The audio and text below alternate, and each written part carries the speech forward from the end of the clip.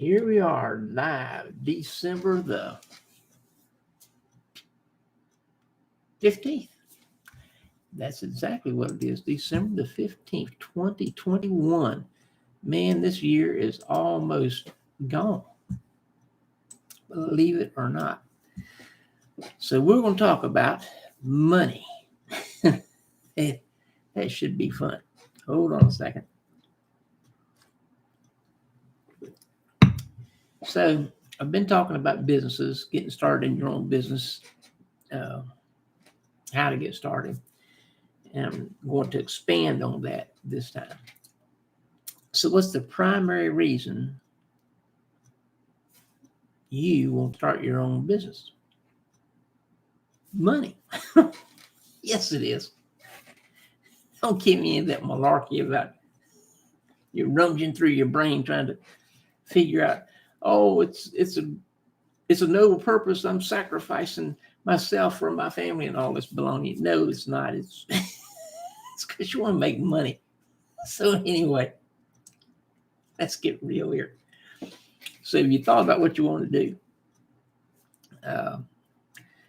think about your abilities, your skills, desires, lifestyle, things that you and your family want.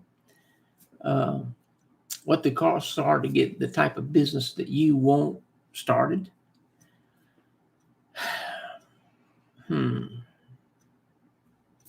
Any number of things can come up that will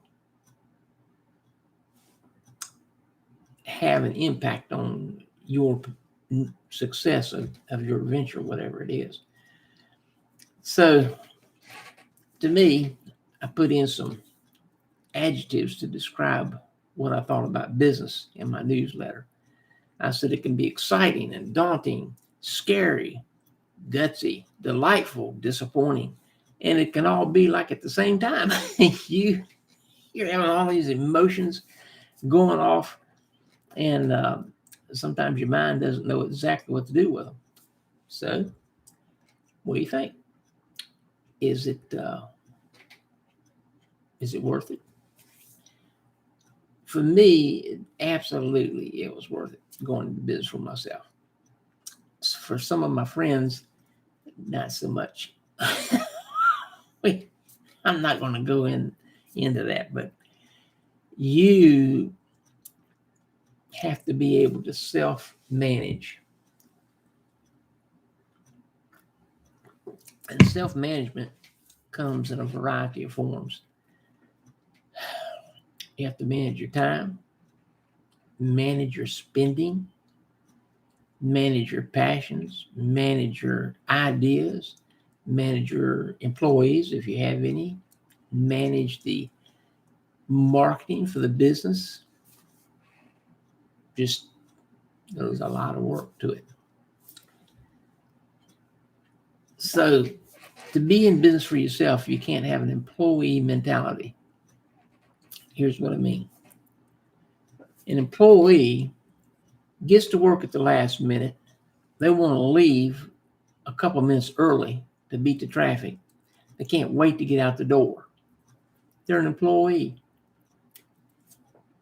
People with that mentality need to stay employees because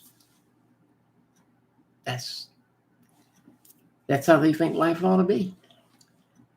When you work for business for yourself, figure 60 to 90 hours a week. I averaged 90 hours a week for decades. So, but I love what I was doing. So to me, I was having fun. So if you're not having fun in a business of your own, you obviously have not made the correct decision. So I enjoyed when I worked for people. I enjoyed when I was in management. I enjoyed as a business owner. I enjoyed being the CEO. It's fun, but I like business. If you don't like business, don't get into it. If you don't want to commit and put in the time it takes to make the thing successful, don't get into it.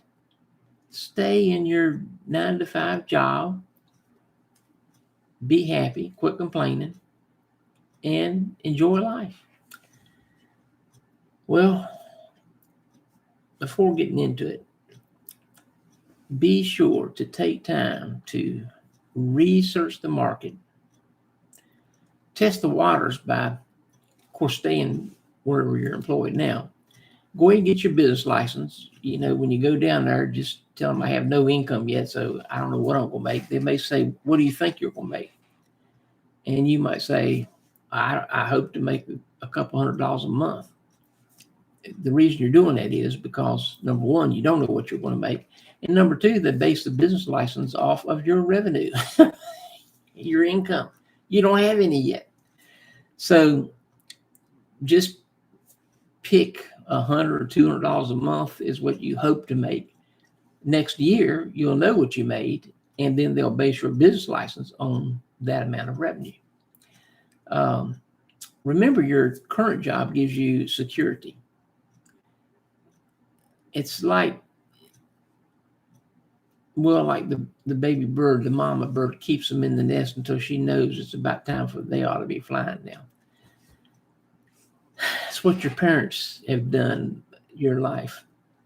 Hopefully they let you loose when you're 18, but anyway, they try to protect you from the uncomfortableness of things in life.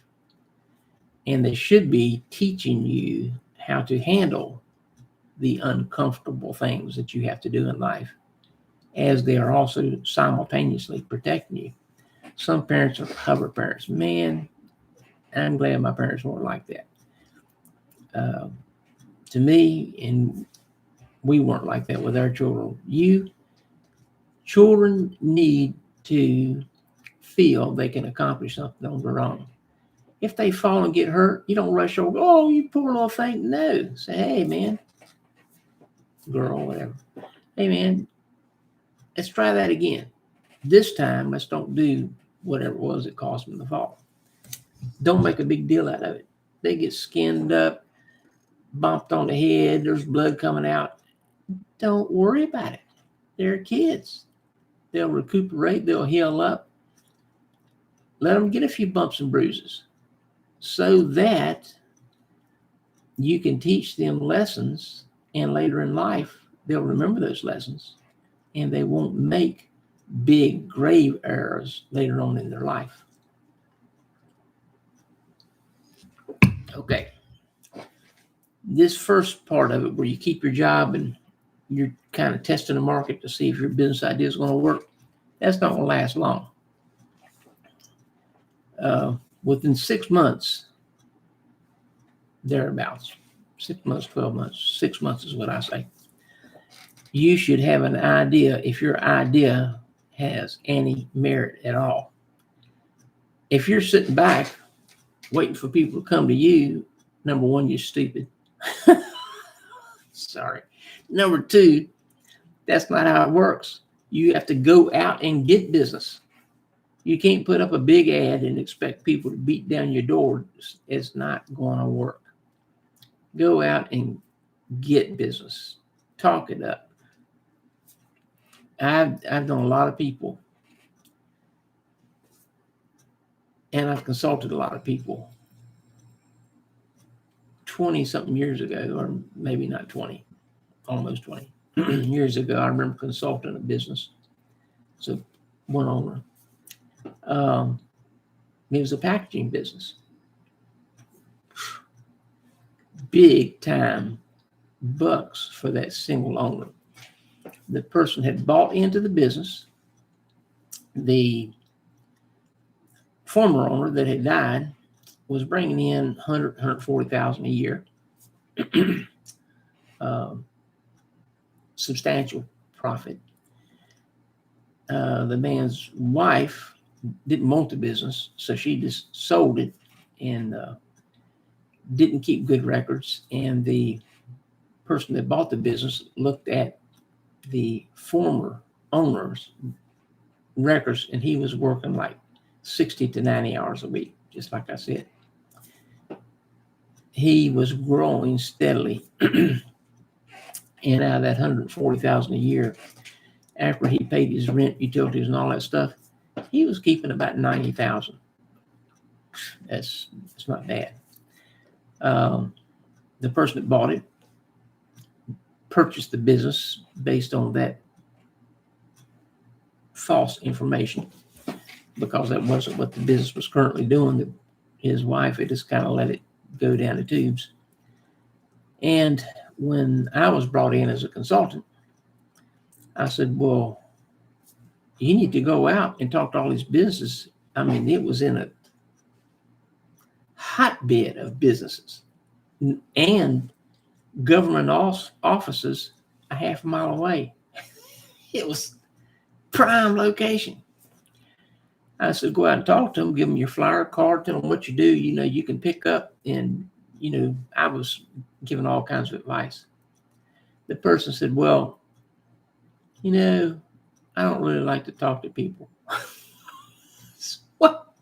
Why'd you buy this business? Well, the job I had, I was a CFO, and I just kind of stayed in my office and looked over accounts and stuff like that. A packaging business, you got to be out there and you got to be talking to people. I said, if you don't like to talk to people, hire somebody. And the individual said, oh, that costs money. Yes, it does. Yes, it does cost money. Anyway, I canceled consulting with that company for about 2 years. They didn't implement anything I asked them to do. I did everything I could possibly think of. Also, I didn't get paid. I did it as a favor. This person was a friend. And I spent countless hours working up plans, trying to help out, trying to direct and show. Anyway, they finally ended up going out of business. The person had invested their entire retirement savings in this business, and it went down the tubes. Now they're living on what little bit they get from Social Security. What I'm saying is, going into business is a great idea. Bring in a professional that can guide you. No, you don't know everything. You may be good at what you do. Other people are good at what they do. My experience in consulting over the years, not counting that one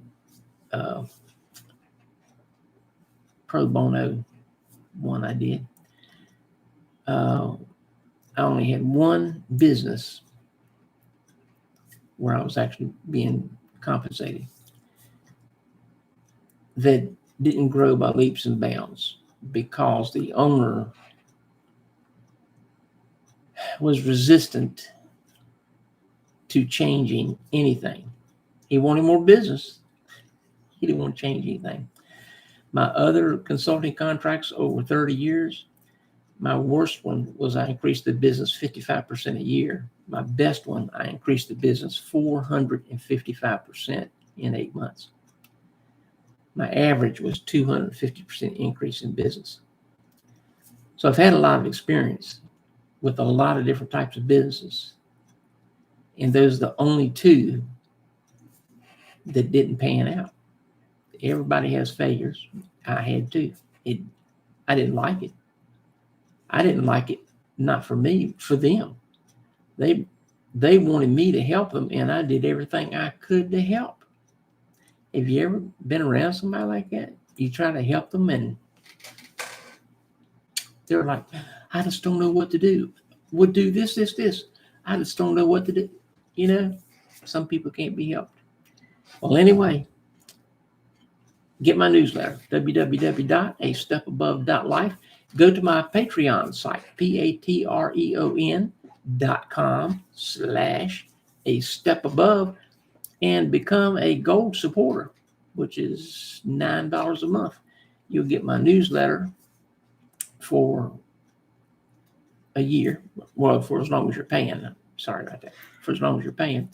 And any new book I published during the year, you get a free copy as a gold supporter. So it's a pretty good deal.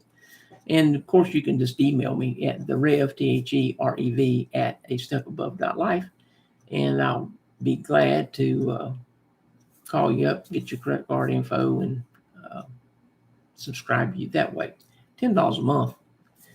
And the 50 plus years of experience I've got with going to hundreds of workshops, seminars, conferences, luncheons, business get-togethers, meetings, spending tens of thousands of dollars on books, audios, videos. What I bring forth in my YouTube videos and in my newsletters is the distillate of all of those years of experience. You don't have to pay out those tens of thousands of dollars. You're paying $10 a month. So the reason I do that is I want people to be successful. And if I can have my small part in helping, I'll feel like I've accomplished something. Make it a great week. Enjoy the Christmas season and say something positive to at least one person every day this week.